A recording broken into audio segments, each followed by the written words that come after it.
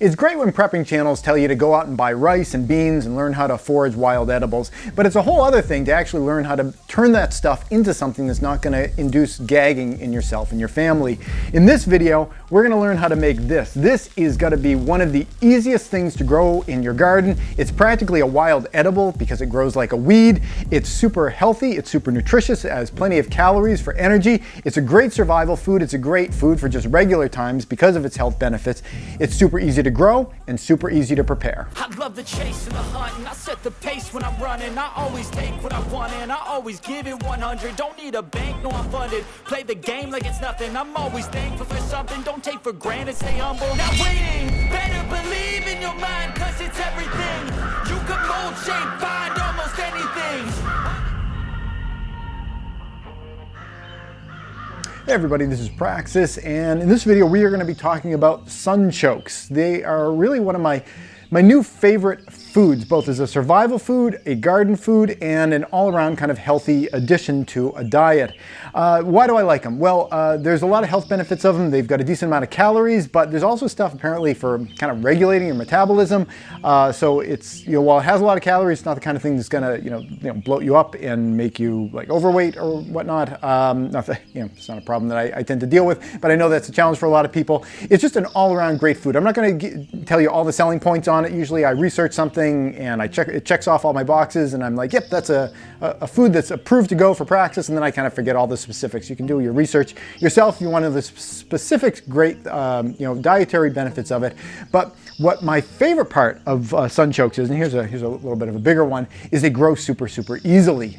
This is something that you pop into your garden in a lot of areas of the country. Not all areas. I know there are some people in different areas of the country that have said they've had issues growing these, but here in New England they grow like a weed, and that's my favorite type of garden crop is wild edible weeds that grow in my garden. In fact, that's probably what I tend to pull the most of out of my garden, is like the weeds that I happen to know that are edible that come out of there. But this is a garden crop that is popular in a lot of places in the world, not so much here in the United States apparently, but in Europe I think this is something that is more prized for its food potential, and I really like it because it just grows so easily. You throw it in and then people warn you, it's going to take over your whole garden. It's like, I'm not worried about that. If something grows that easily, that's something I'm really into. And you don't even have to grow it in your garden. It grows in soil. It's not all that great. So, don't even put it in your garden. Put it like on the boundary, on the edges of your yard. It grows pretty tall, has flowers on the top. I wanted to jump in to let you know that this is the Jerusalem artichoke. As you can see, it's a really tall plant. It's well over my height. Of course, I'm only 4'2" myself. I'm just kidding. This is about 6 feet here. So, that's definitely, it's above 8. It's above 8 feet, this one, and they can get even higher than that. I wanted to show you the plants so you just get a sense of how big they are and how much they can really spread. This was originally planted last year with 6 artichoke bulbs. I stuck them in here just along the edge. I harvested from that last year and apparently left quite a bit in, and it spread just in 1 year to all of these. There have to be well over 100 plants just from the 6 that I planted last season. Now, the ideal time to harvest these, here in New England anyway, is in November, when most of the foliage is really starting to die back. You start in November, and then you can just harvest them clear on through the winter, as long as you can keep the dirt soft by like kind of mulching over it or something like that to prevent it from freezing. And anything that you end up not getting by the end of the winter is going to regrow and start giving you more plants the next year. And like I mentioned, they just multiply and multiply and multiply. Now again, I know that different people have different soil and not all soil is the same, but here in New England, in my garden, boy, it went from 6 to several hundred plants just in a matter of a couple of seasons. One other thing I want to show you is how to harvest these guys, when you do want to get them. So let's go down to the very bottom of the plant and pull some out. All right, so we are right in the thick of it right here, and you can see lots of different stalks. There are some thinner ones, and there are some medium ones, and then there are some ones that are on the thicker side, like this one's kind of thick, this one's thick over here, this one back over here is kind of on the thicker side. You're going to get your biggest sunchokes from these big guys. These are going to be the ones that have like multiple tubers kind of stacked on top of each other. These little things here are just going to give you something that is looks like maybe the size of a walnut if you're lucky. These are the kind of things you want to leave in for the following season. These are the ones I'm going to be harvesting.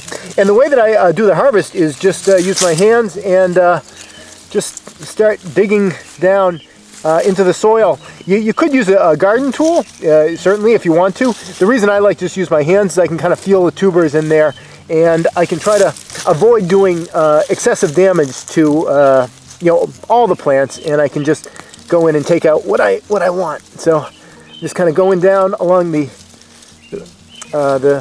shaft of the stalk here, kind of finding my way in there. We've got all these little lateral roots, and I'm just kind of feeling oh, I found one right in here. I'm just feeling around with my fingers until I find something, and then kind of dig around it. All right, there's a reasonably big one right there. So that's one we're going to pull out. Let's see what else we can find just down in this hole here. Usually when you find one, there's going to be a bunch in that area. Here's a little bit of a smaller one, but still good.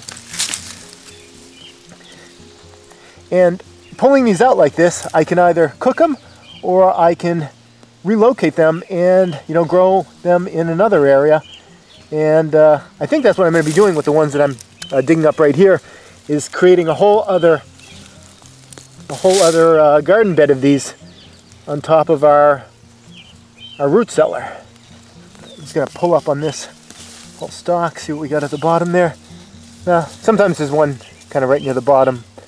This is where it had grown from one last year. That's the old remains of that. Can I find anything else? One more, or is that it for this area? I think I might call it quits on that. But just in that one area,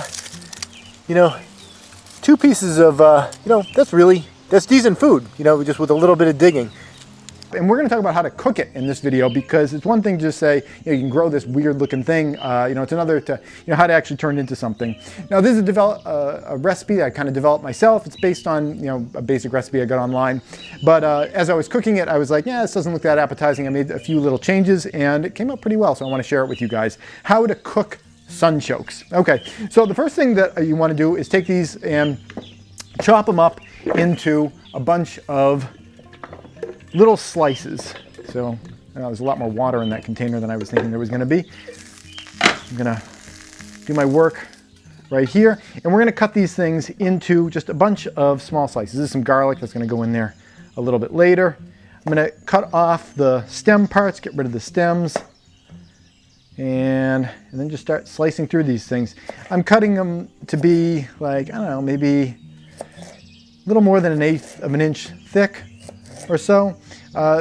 What really is delicious on these is the surface area with all the seasonings you put on them. So you're cutting them into kind of little chip-like shapes. Cut this one up, same way. Okay, there we go.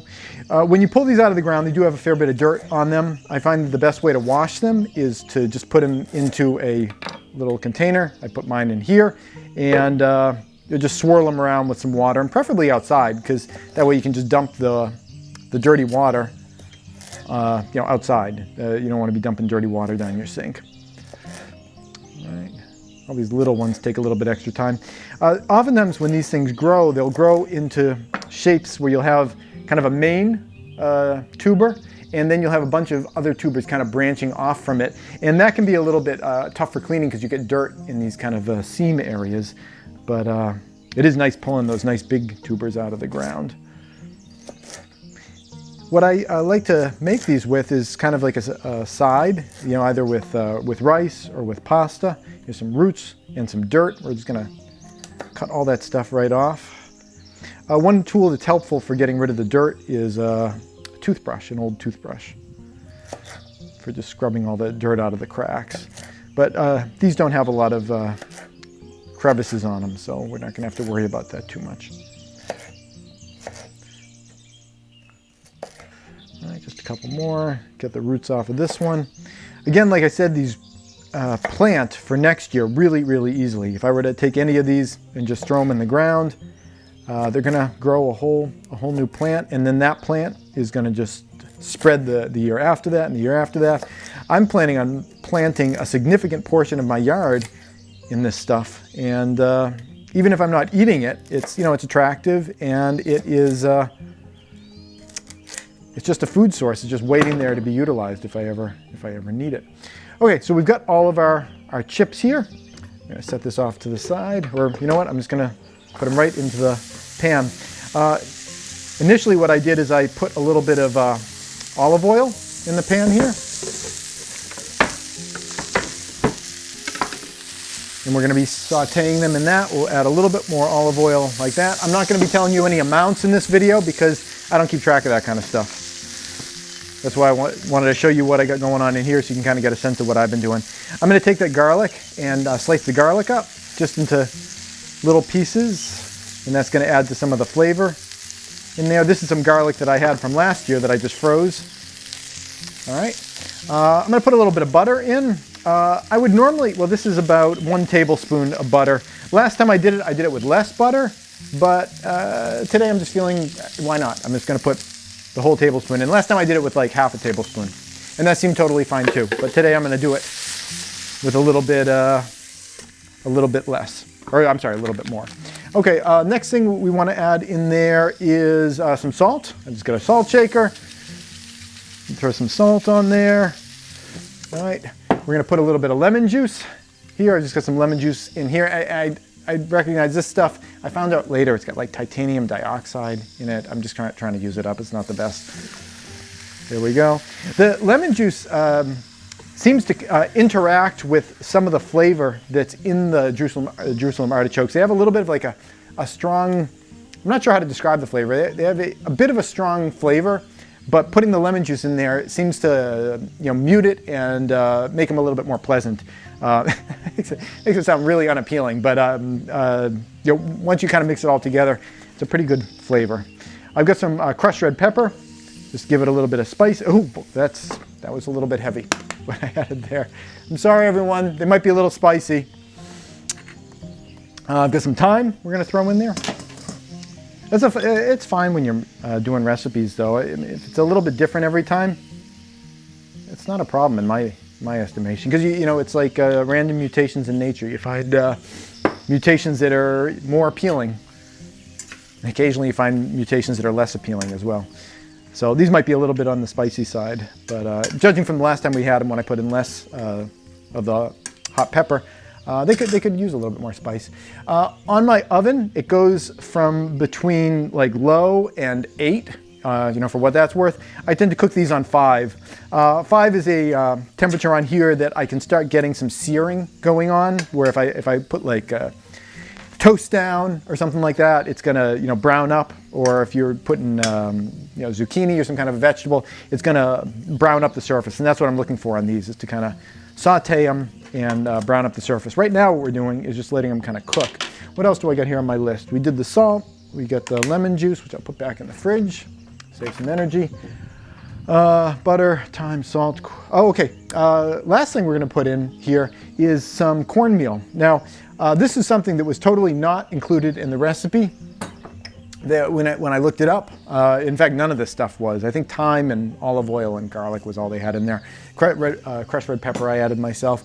The reason I decided to add the cornmeal was, you can see it a little bit here, as I'm cooking them.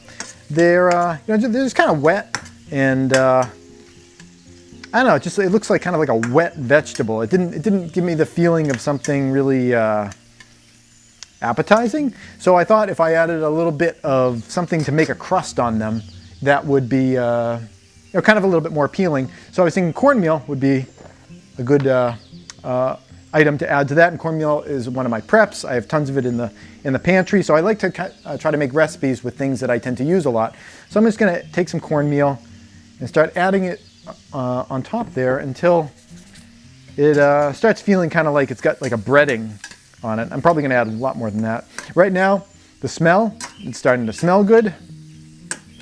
Simultaneously, I should be preparing some pasta. I'm going to do some pasta with our dinner tonight. But I'm just going to focus on one thing at a time here. Okay, that's looking good. All right, so this is starting to get to the point where we've got some kind of accumulation of the flavors mixing in with that cornmeal. I'm going to turn up the stove a little bit, like a kind of a 5+, approaching 6. Yeah, like you can see kind of the edges of these are starting to get a little bit golden. I'm going to add even a little bit more cornmeal, and then I think that we'll be able to call it a day on that. The idea is you want to get them to kind of a golden brown kind of feeling, while also being cooked enough on the inside. And the way I can check to make sure they're cooked enough on the inside is just taking a fork and poking it into them, like that saying, like stick a fork in it, it's done. So that's the way I'm going to confirm that they're cooked enough on the inside. But for the time being, I'm just wanting to get them to that golden brown kind of stage. And you can see we're starting to get all of this kind of, you know, it's a texture to it, like so the cornmeal is sticking everywhere. Now this one here doesn't look like it has enough cornmeal on that one. So I'm actually gonna pop back into my cornmeal, add a little bit more. I think it'd be hard to overdo it on the cornmeal because the cornmeal is gonna absorb all of the flavors and the seasonings, and it's gonna turn into kind of a crunchy breading sort of consistency on the outside surface. And I know in my opinion, you can't have too much of that. But, you know, I'm sure eventually you can. All right, so at this point I'm seeing, you know, they're all being kind of coated. And now what I want to do is just get the temperature up. I'm going to kick it up even maybe to like 6 on my stove, which is kind of on the high side. So I really want to see these guys starting to brown up now. I'm going to take a fork and check to make sure some of these thicker ones, yeah, they've got some softness to them. So at this point, it's just a matter of getting them brown.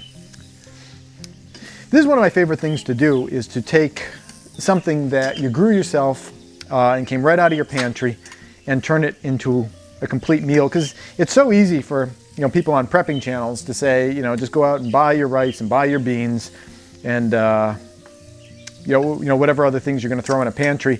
But you know, you don't just eat dried rice and you don't just eat dried beans. You need to turn it into something that's not going to cause a gag reflex for you and your family. And you know, I love the feeling of, you know, quite a bit of this we grew here ourselves. The cornmeal, I had bought the cornmeal, but we could grow corn here, and we certainly have grown corn here, so we could do that ourselves. And mostly it's the spices and the oils and the salt that we would bring in from someplace else.